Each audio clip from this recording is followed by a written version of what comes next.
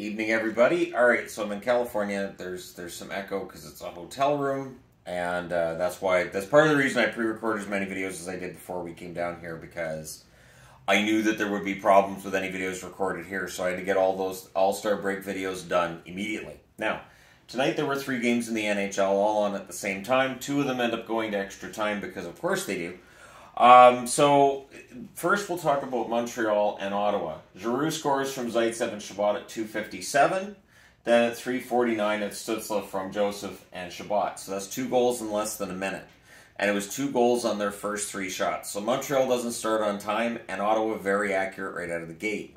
Montreal gets 2 straight power plays. On the first one, no goals. I don't even think they had a shot on that one. The second one, they do get a goal. Doc missed first, but then he scored on his next opportunity. So Doc gets the power play marker from Suzuki and Hoffman at 13:20. Then there was a Rem Pitlick to Suzuki near miss towards the end of the first period, but it's 2-1 Ottawa after 1. Second period. Joseph, who was very notable in the first period, and the commentators discussed this a lot. He was a beast to start the second as well. Joseph's just so fast out there.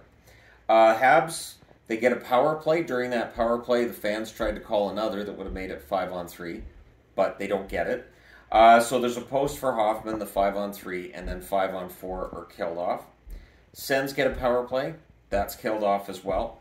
Allen with some big saves. Habs end up going to the power play. That was killed off. Pezzetta's denied. The Habs draw another power play. But during that second period, DeBrincat scores from Stützle and Chabot on the power play at 16:23. And then with 5 seconds left, Hoffman scores from Matheson. So at 19:55 of the second period, Montreal's made it a 3-2 game. It's a 1-goal game. We're going to the third period. Early on, there's a post for Hamonic. Anderson fires one wide on a rush. Suzuki buries one. Good forecheck. Now, it's actually Harvey Pinard's goal from Suzuki and Anderson at 11:02. So suddenly Montreal's in this. DeBrincat's drilled. The Sens get a power play, and Stützle scores. He wires one far side. Chabot and Batherson with the assists at 12:14. Harvey Pinard would answer, though. He gets his second goal in about 3.5 minutes from Anderson and Savard at 14:16. So lots of goals in this one. Tkachuk gets that bury, and then there's a timeout. Tkachuk buries one on a rush from Stützle and Joseph at 18:42. This is the thing about me having the board and the notebook. It just, because it's a tiny board, I'm not bringing a 2x3 board through TSA. It just means that I have to keep track of this, and it's not something I'm used to. So Tkachuk buries it to make it 5-4. The timeout is called by Montreal. They pull the goaltender with 14.5 seconds left. The Sens call a timeout. Whatever they discussed worked, because they end up winning this one 5-4. Forsberg, I thought, played well. Allen allows 2 goals on the first 3 shots, but he made some great saves the rest of the way. Montreal drops to 20, 27, and 4, so if you want Bedard, you're one step closer, potentially. For Ottawa, 24, 23, and 3. So that's the way you want to go into the All-Star break. With a win, they go back above NHL 500. We'll see if they can keep it up. Now, let's move on to Washington and Columbus, shall we? This is one of your extra time games, and I honestly thought all 3 of them were going to go to overtime until that late goal by Tkachuk there. So, poor Columbus defense to start off with. At 5:06, Hathaway scores from Eller and Jensen. And there was a lot of, I don't know if it was miscommunication by Columbus, not very good preparation, but there were some problems. The Caps, they had 6 of the first 8 scoring chances. Man, my writing on this too, because I knew I wouldn't have to show anybody my notes. Dear Lord, the chicken scratch. Van Riemsdyk has a goal then from a distance. So he scores from Obe Kubel at 14:28, but it was through a screen as well. Caps look to answer, and Columbus scores. Columbus scores, and then Washington looks to answer. The goal for Columbus is Peak from Laine at 14:40. So Andrew Peak with a goal there. Goudreau couldn't bury one in the final minute. So after 1 period of play, it is 2-1 in favor of the Caps. Second period, we get 2 minutes of 4-on-4. There was good back and forth during that. And then Van Riemsdyk gets his second goal of the game. Kuznetsov and Gustafsson with the assists at 8:26. Caps look to answer is on this part of it, because the Peak goal was deflected in to make it 2-1. So, Robinson would answer for Columbus from Olivier at 11:03. Goudreau then couldn't bury one in the final minute, but after 2 periods, it is a 3-2 lead in favor of the Washington Capitals. Third period, Columbus had the early jump. The Caps draw themselves a power play. That's killed off Caps press after that. Laine was robbed in the slot.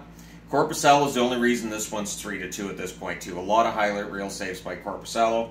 And then they tie it. It's Goudreau from Bayreuther at 12:44. So Bayreuther's available as a rental at the deadline. Just saying. After tying it, Ovechkin was then denied. So it's a tie game going into overtime. And again, this is Korpisalo that gets you that point. In the overtime, it takes 26 seconds. Kuznetsov wires one on a rush and finishes it from Johansson and Gustafsson. So your final score in this one's 4-3 for the Capitals. They go to 27, 20, and 6 on the season. For Columbus, with the overtime loss, they're 15, 32, and 4. So that's the end of that one. All right, now we're going to talk about the LA Kings and the Carolina Hurricanes, a game that had a lot of just crazy swings and momentum here. So it's Copley versus Anderson in this one, as it was Lindgren versus Korpisalo in the other one, Forsberg versus Allen. You know the goalie matchups. Burns blasts one short side early on. Well, not early on. 13:27 he scores from Svechnikov. Svechnikov to Natchez, there's a near miss there. The Canes had some momentum late. The Kings had a rush towards the end of the period, but they ran out of time. They weren't able to generate a goal. So it's 1-0 Carolina after 1. The craziness was on the way. Second period. Kopitar goes beast mode and helps to set up Kempe at 151. So that's what Kopitar can do, and he gets that assist on that goal. The Kings draw a power play.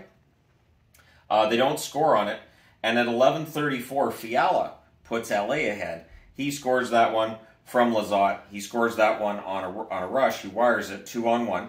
Canes press to answer. Anderson comes out, but he figures that it's going to be an icing call, but it's not an icing call. So on that one, Kempe ends up scoring from Doughty and Kopitar at 14:21. So it's one that Anderson probably should have come out and played and cleared.